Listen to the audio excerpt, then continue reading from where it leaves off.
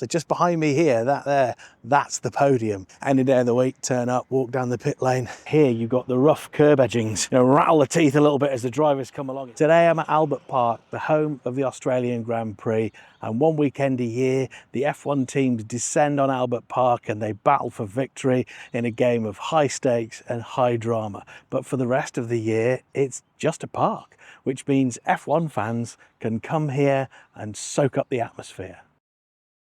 Hi, I'm Phil and I'm on a grey gap year. So what is there to do when it isn't race day?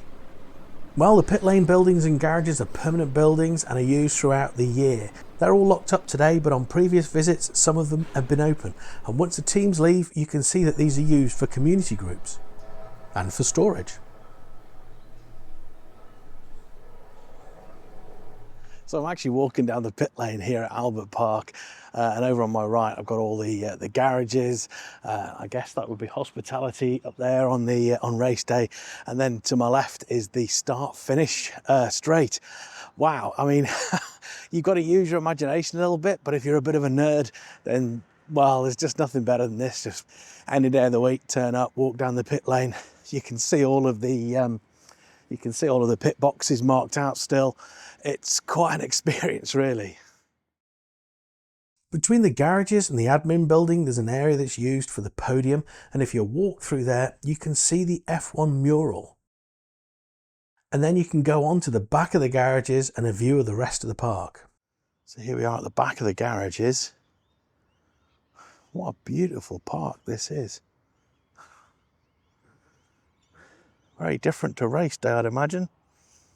But don't walk straight back through into the pits. Take these steps and soak up the atmosphere on the podium area. Get some great views of the park and the pit lane.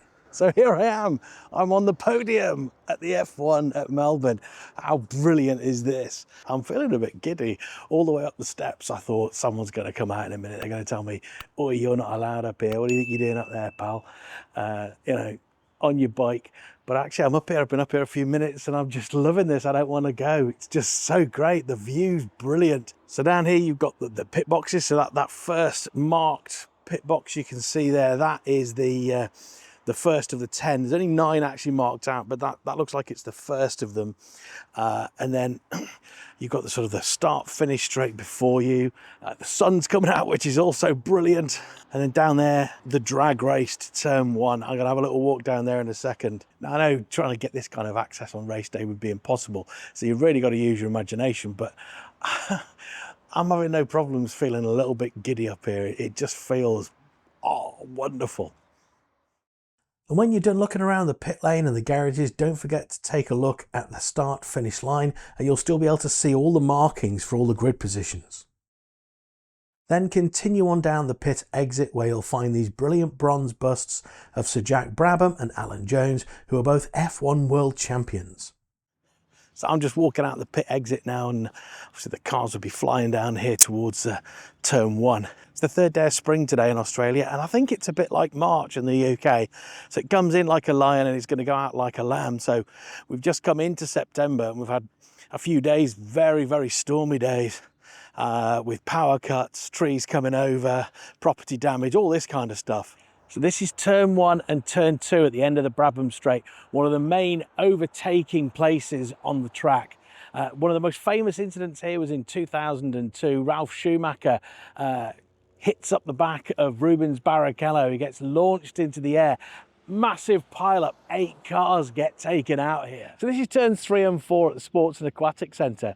Apparently on the inaugural Grand Prix, I haven't seen this, I just read about this online, Martin Brundle had an accident here. He came a cropper, his car was launched into the air, it broke into 2 pieces, and then the next line in the article says, and then he was forced to retire. Like, well, if your car's in 2 bits, I imagine you were forced to retire, Martin Brundle, yeah.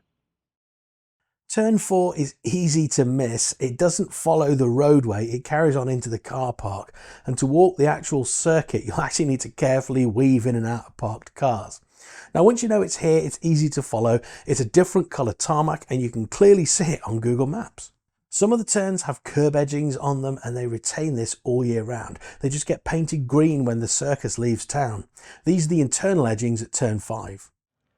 And one of the things I really love about walking on this track is that you've got loads of the features in place. So on the inside corner, it was smooth, but here you've got the rough curb edgings that just sort of, rattle the teeth a little bit as the drivers come along it. So as they try to get an advantage by running a little bit wide, they're actually running over these rough curbs here.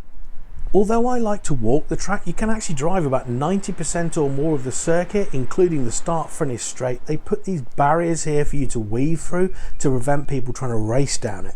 And between turns 5 and 6 there's a no entry. Turn 6 is where the track goes into Lakeside Drive, which is a regular road for most of the year. So if you're driving, this is where you got to turn around and go back the way you came, and then sort of come out onto the road and sort of carry on the circuit that way. And if you're going to drive around the circuit, remember that the speed limit is 40 kilometers per hour, and that's less than 25 miles an hour.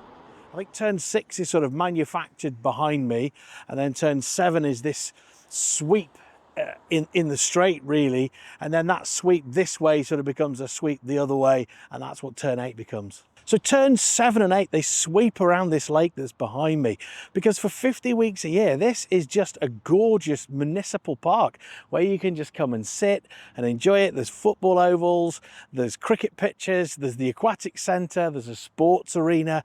It's just an amazing facility just to come and enjoy. It really is a fabulous place. So I'm not completely sure, but I think this is where corners 9 and then just behind me corner 10 lives. It used to be a chicane here, I think, and I'm standing on a bit of tarmac where they would have, or conceivably could have, made a chicane and formed that in the racetrack. But there's nothing here now to indicate that there's any particular manufactured corners here at all. Well, we've got blue skies with wispy clouds in there. The sun's come out to play and it's glorious. There's just a little breeze making it perhaps a touch cool. It's probably about 18 degrees, so very close to being shorts weather. At turns 11 and 12, there's some permanent curb edgings in the middle of the road. You can see them if you look carefully. It's a bit too busy for me to walk out there today, but I have done it in the past. The straight from 12 to 13 has a bit of a curve in it, but they've resisted the temptation to give it a corner number, thank goodness. If you watch the in-cockpit footage on the TV, you can see the drivers are flat out here, and you can actually see these road markings just flash past you as well. Turn 13 takes you back into the park. It looks on the map like a 90-degree corner, but it's kept quite wide so the drivers can use a lot of the track. You can see the curve of the track and the road, and there's more great examples of rough curb edgings here too. Corners 14, 15, and we're getting close to home now. So this is corner 15, it's the penultimate corner. It's also the middle corner of the final 3 corners, 14, 15 and 16, that form this sort of right, left, right sort of combination as you come into the start-finish straight. Corner 16 is the final corner of the circuit. It's also where the pit entry is, but it has a gate across it and the pit lane is closed to traffic. So if you're driving this, don't come steaming in here. But I'm on foot, so I carried on down the pit straight and into what I believe is the old 2024 Red Bull pit box.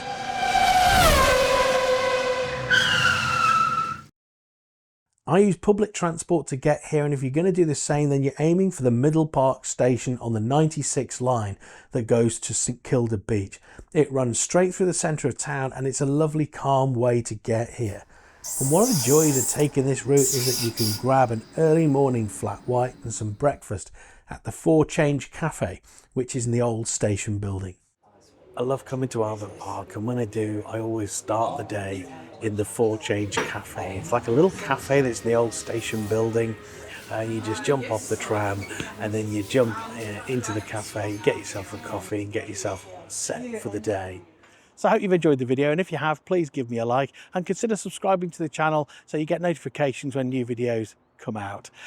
So thank you for joining me at Albert Park on my grey gap year.